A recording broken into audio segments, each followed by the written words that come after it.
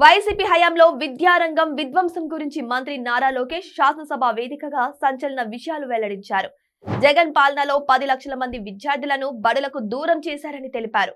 విద్యార్థులు ఏ స్కూల్లో చదువుతున్నారో కూడా తెలియకుండా 3 లక్షల మంది వివరాలను డ్రాప్ బాక్స్ లో ఉన్నట్టు చూపించి నిధులు తీసుకున్నారని చెప్పారు.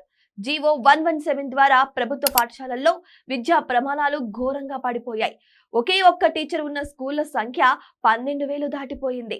సిబ్బంది లేకపోయినా వైసీపీ హయాంలో టీచర్ల నియామకం కోసం ఒక్క డిఎస్సి కూడా వేయలేదు. అప్పట్లో నేషనల్ అచీవ్మెంట్ సర్వీస్ లో దేశంలోని 28 రాష్ట్రాల్లో ఏపీ 27వ స్థానానికి పడిపోయింది.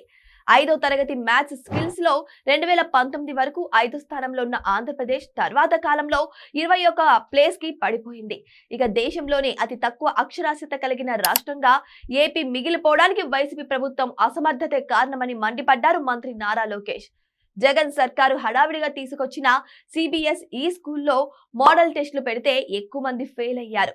ఇంగ్లీష్ భాషలో శిక్షణ కోసం 59 కోట్ల రూపాయలు ఖర్చు చేసిన గత ప్రభుత్వం టోఫెల్ పరీక్ష ఒక్కటి కూడా నిర్వహించలేదు. ఐబీ సిలబస్ తీసుకొస్తామని రిపోర్టు కోసమే 5 కోట్లు ఖర్చు చేశారు. టీచర్లను మద్యం దుకాణాల దగ్గర కాపలాదారులుగా పెట్టి వారిని అవమానించారు.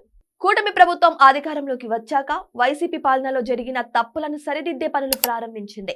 ముందు జీవో నెంబర్ 117 రద్దు చేశారు. విద్యార్థుల లెర్నింగ్ సామర్థ్యాన్ని పెంచడంపై దృష్టి పెట్టి మెరుగైన ఫలితాలు సాధిస్తున్నారు. 100% అక్షరాస్యత సాధించే కార్యక్రమాలు అమల్లోకి తీసుకొచ్చారు.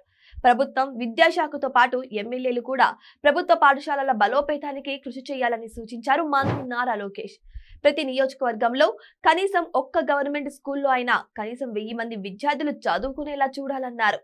వారానికో స్కూల్కి వెళ్లి అక్కడి సమస్యల గురించి తమకు మెసేజ్ చేస్తే వెంటనే పరిష్కరిస్తామని ప్రజల భాగస్వామ్యంతో కృషితో ఆంధ్రప్రదేశ్ విద్యాశాఖను దేశానికి రోల్ మోడల్ గా నిలపడమే లక్ష్యంగా పనిచేస్తున్నారు విద్యాశాఖ మంత్రి నారా లోకేష్.